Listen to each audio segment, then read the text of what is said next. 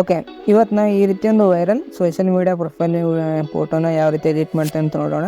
ತುಂಬ ಈಸಿ ಇದೆ ಮಾಡೋದು. ಮೊದಲು ನೀವು ಒಂದು ಕ್ರೋಮ್ನ ಓಪನ್ ಮಾಡ್ಕೊಳ್ಳಿ. ಓಪನ್ ಮಾಡ್ಕೊಂಡಾದ್ಮೇಲೆ ಮೇಲ್ಗಡೆ ಸರ್ಚ್ ಮಾಡ್ಕೊಳ್ಳಿ. ಇಲ್ಲಿ ಬೀಯಿಂಗ್ ಇಮೇಜ್ ಕ್ರಿಯೇಟರ್ ಅಂತ ಇರುತ್ತೆ, ಅದನ್ನು ಮೇಲ್ಗಡೆ ನೋಡ್ಕೋಬೋದು. ನೀವು ಈ ರೀತಿ ಇರುತ್ತೆ, ಅದನ್ನು ನೀವು ಸರ್ಚ್ ಮಾಡ್ಕೊಳ್ಳಿ.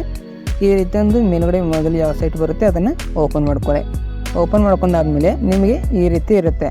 ಇವಾಗ ನೀವೇನು ಮಾಡಬೇಕಂದ್ರೆ, ನಾನು ನಿಮಗೆ ಒಂದು ಡಿಸ್ಕ್ರಿಪ್ಷನಲ್ಲಿ ಒಂದು ಸ್ಕ್ರಿಪ್ಟ್ನ ಬರೆದು ಕೊಟ್ಟಿರ್ತೀನಿ. ಅದನ್ನು ನೀವು ಕಾಪಿ ಮಾಡ್ಕೊಂಡು ಸಿಂಪಲ್ ಇಲ್ಲಿ ಬಂದು ಪೇಸ್ಟ್ ಮಾಡ್ಕೋಬೋದು. ನಾನು ಇಲ್ಲಿ ಆಲ್ರೆಡಿ ಪೇಸ್ಟ್ ಮಾಡಿದ್ದೀನಿ. ನೀವು ಇಲ್ಲಿ ಏನು ಚೇಂಜ್ ಮಾಡಬೇಕಂದ್ರೆ, ಇಲ್ಲಿ ಫಸ್ಟ್ನಲ್ಲಿ ನೋಡ್ಕೊಳ್ಳಿ 22 ಅಂತ ಇದೆ.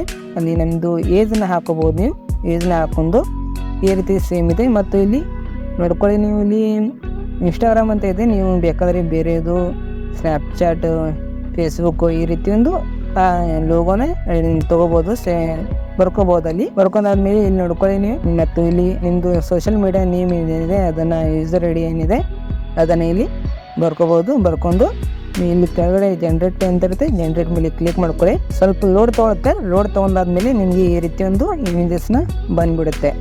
ಈ ರೀತಿ ಇಮೇಜಸ್ ನೀವು ಮಾಡಿ. ಈಗ ನಿಮಗೆ ಇದರಲ್ಲಿ ಯಾವುದು ನಿಮಗೆ ಇಷ್ಟ ಆಗಿಲ್ಲ ಅಂದರೆ ಮೇಲ್ಗಡೆ ಮತ್ತೊಂದು ಸಲ ಕ್ರಿಯೇಟ್ ಅಂತ ಇರುತ್ತೆ, ಮತ್ತೊಂದು ಸಲ ಕ್ಲಿಕ್ ಮಾಡ್ಕೊಳ್ಳಿ.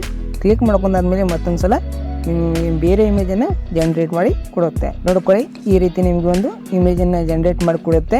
ಇದನ್ನು ಡೌನ್ಲೋಡ್ ಮಾಡ್ಕೋಬೇಕಂದ್ರೆ ತುಂಬ ಈಸಿ ಇದೆ. ಈ ರೀತಿ ಒಂದು ಕ್ಲಿಕ್ ಮಾಡ್ಕೊಳ್ಳಿ. ಒಂದು ಇಮೇಜನ್ನು ಕ್ಲಿಕ್ ಮಾಡ್ಕೊಂಡು ಇಲ್ಲಿ 3 ಡಾಟ್ ಮೇಲೆ ಹೋಗಿ ಇಲ್ಲಿ ಡೌನ್ಲೋಡ್ ಅಂತ ಇದೆ. ಡೌನ್ಲೋಡ್ ಮೇಲೆ ಕ್ಲಿಕ್ ಮಾಡ್ಕೊಂಡ್ರೆ ನೀವೊಂದು ಪ್ರೊಫೈಲ್ ಫೋಟೋನ ಡೌನ್ಲೋಡ್ ಆಗಿಬಿಡುತ್ತೆ.